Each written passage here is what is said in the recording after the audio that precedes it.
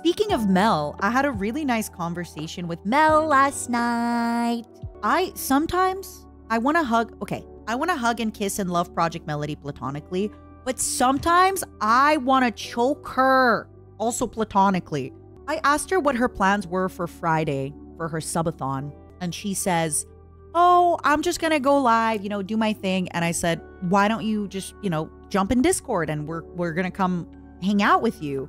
And she goes, "No, I'm scared if I go into Discord, nobody will show up." And it's moments like that I just want to take her cute little AI head and squeeze her. Like, shut the fuck up. Go into a Discord voice call at the Girls in V Shoujo and be like, "Hey guys, my subathon, anybody who wants to hang out, come hang out." Sometimes Mel is like, "Oh, I'm sure nobody will show up. I'm sure nobody loves me." Para.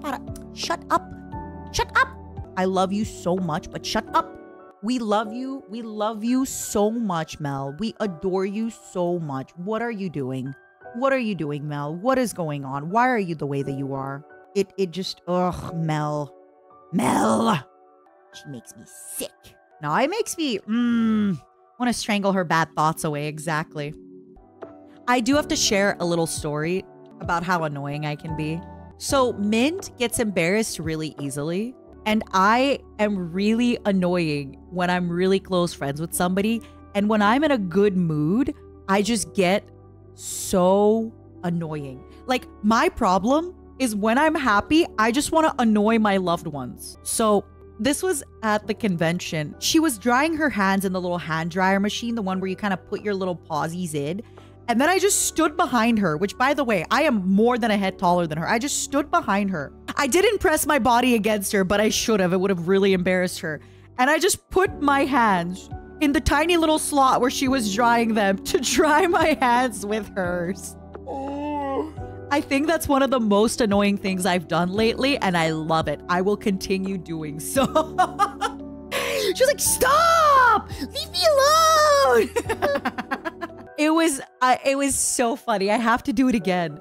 I'm gonna do it at conventions from now on. When I'm with my friend in the washroom, I'm just gonna stand. And I was doing it. She was washing her hands. I do that sometimes with the hand washing, where if somebody washes their hands, I'll go wash my hand in the same sink as them.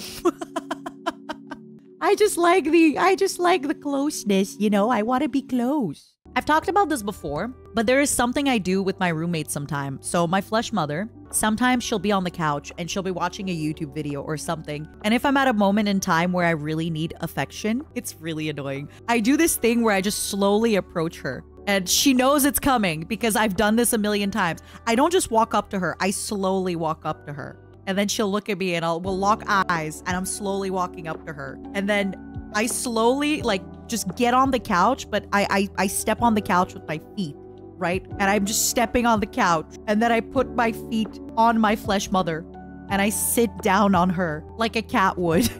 And then I just basically cuddle up to her. But you need to understand, I am a lot taller than her. And I weigh a little bit more than her. So I just basically pretend, you know how the small dogs pretend they're small? And they just climb on top of you. You're like, "Baby, you are not a small dog. What are you doing?" That's what I do.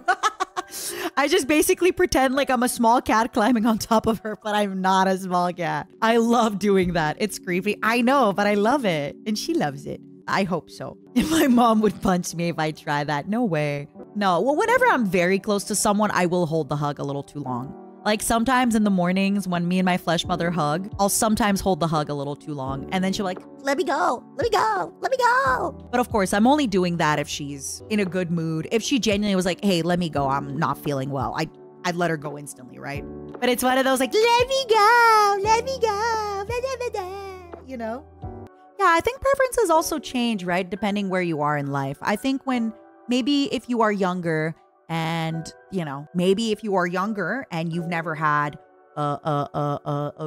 maybe you are looking for somebody older who can teach you the ropes, right? And then maybe once you've learned how the ropes tie and how all the knots are done and life, you then decide, "Okay, I'm good. I've gone to therapy. I know how to tie a knot." And then, yeah. It really depends on what you like and dislike. And sometimes, again, you can meet a great person. Maybe you're telling yourself, even if we're talking, what is it called? Completely physically, where you're like, oh, I like tall, blonde women with big breasts. And then you meet the most lovely Latina who's 4'11" with a big butt and you fall in love. Yeah, there's nothing wrong with it. Oh wait, Mouse has big boobies, not big butt. I forget. Oopsies. Does Giga have a big butt? Zen's got a big butt, but she's not 4'11". Henya has a big brain. It's the only thing she's got that big. Oh, her heart is big. Many, many moons ago, my flesh woman basically was at this event, and you know, she maybe saw a pretty guy and she was like, pretty guy, and then she went to tell her friends. Full disclosure, because of the way that he was dressed, which was very stylish, my girlfriends and I, we did meme on it a little bit. We were like, what if he's one of those? Because I think we had talked a little bit at the bar, nothing too serious. And the reason we started talking was because we were in line, and I, you know, my flesh woman is not perfect. She looked at him all like cutely and then looked away. Listen, ladies, you can be in your feminine, in your masculine, in whatever energy you want to be in.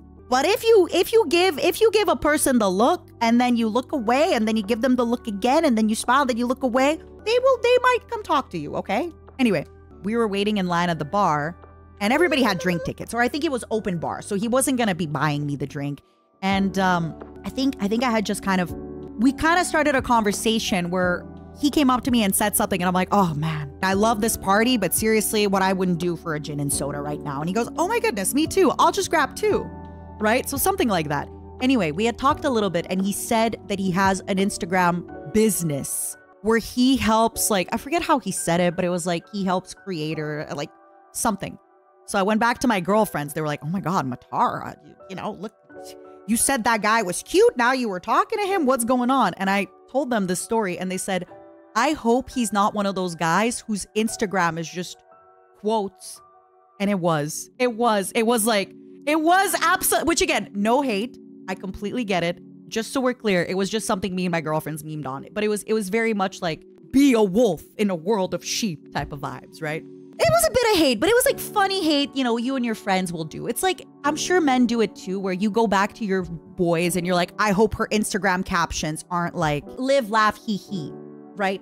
You know what I mean. You know what, like, I'm sure men do it too, women do it too. Everybody does it. Everybody does it. Like everybody, you know.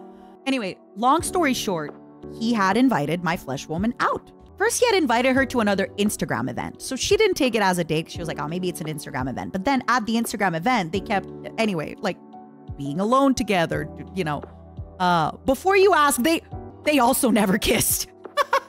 Because at that point, my flesh woman was in this toxic era of like, if the man doesn't kiss her first, she won't kiss them. So she was in that toxic era. And anyway, I think on like their third quote unquote maybe date, where it was just the two of them going to a restaurant and then going to a bar and then talking about life, and they were talking about work because she had started working at this company and she was going to the Philippines.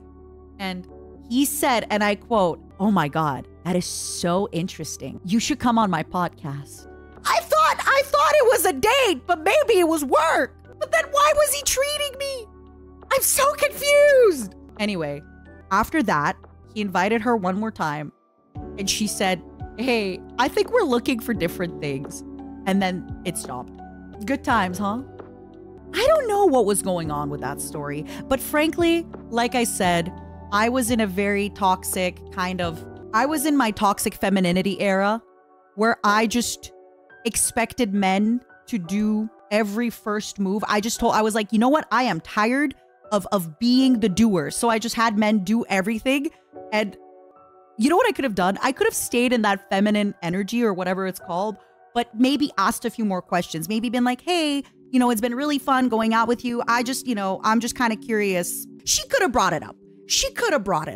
But she didn't. And she well, no, she doesn't regret it, but you know what I mean.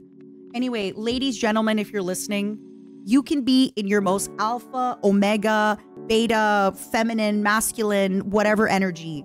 Talk about it. Bring shit up. Communicate. Okay? Communicate.